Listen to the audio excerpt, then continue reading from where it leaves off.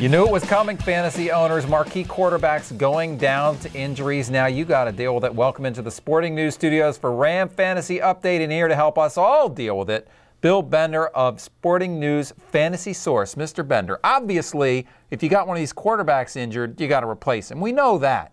But what about the impact on the other players on those teams? Well, the first thing that owners are worried about is the passing game. And of course that's going to affect the passing game, losing Chicago's Jay Cutler, San Francisco's Alex Smith, Philadelphia's Michael Vick, and then ultimately Pittsburgh's Ben Roethlisberger. Yeah, the passing game is going to be affected, but I look at the running game first because you're dealing with top-flight running backs like Frank Gore, Matt Forte, LaShawn McCoy. Pittsburgh not so much with their two running backs, but that's where the concern for owners is right now. Okay, so how do you play it? Let's start with the running back position. You mentioned those guys. What should fantasy owners be thinking about? Are they going to get more work, or is the offense going to be less efficient overall? Well, it's a double-edged sword because they are going to get more work with these inexperienced quarterbacks and backup quarterbacks, but they're also going to get more attention from defenses because those teams might not respect the pass. Now, last week, LaShawn McCoy was okay. He had a 23-yard run. He still managed about 76 yards with Nick Foles, and Frank Gore was fine because San Francisco runs every play anyway. Right.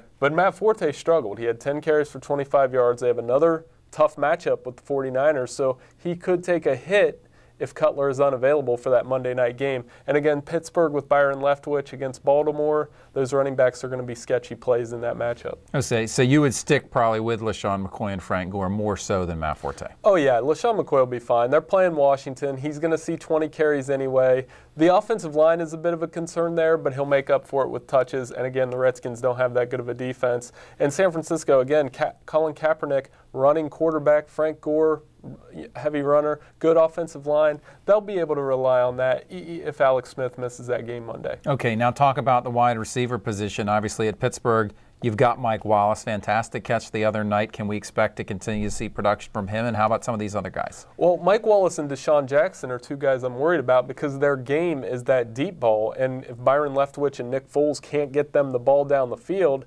they're going to be frustrated. And Deshaun Jackson, we've seen him get frustrated before. But on the other hand, a guy like Brandon Marshall with Jason Campbell, he'll be fine. He's a big-bodied receiver. He's going to see double-digit targets. I don't see him having much drop-off. But when you have just those deep threat receivers, you have to have a little bit of worry. I'd still leave them in the lineup, just downgrade their production a little bit. Okay, now finally, as we always do, every week, got to get a sleeper of the week from you. Who do you like this week? Well, 4 weeks ago, I told you the Bills' defense is a sleeper, and that was just a terrible pick. Tennessee lit them up. But I'm going to go back to the well with the Bills and Ryan Fitzpatrick. They're home Thursday night against the Dolphins. He averages 250 yards with 3 touchdowns in every home game. And he's thrown a couple interceptions. You know that. Ryan Fitzpatrick's like playing a bag of Skittles. There's going to be a little bit of everything in there, but I think he does enough, especially with all these quarterbacks out, to make owners happy. How about the Dolphins' defense? How do you rate that? Oh, after last week against the Titans, you can't start them. And Yeah. the Titans are a frustrating play, so I blame them for everything that I do wrong. Blame the Titans. That's what I'm going to do, Tom, okay? All right, that sounds good, Bill. All right, that's Bill Bender. I'm Tom Vandervoort. Thanks once again to everyone for watching Ram Fantasy Update.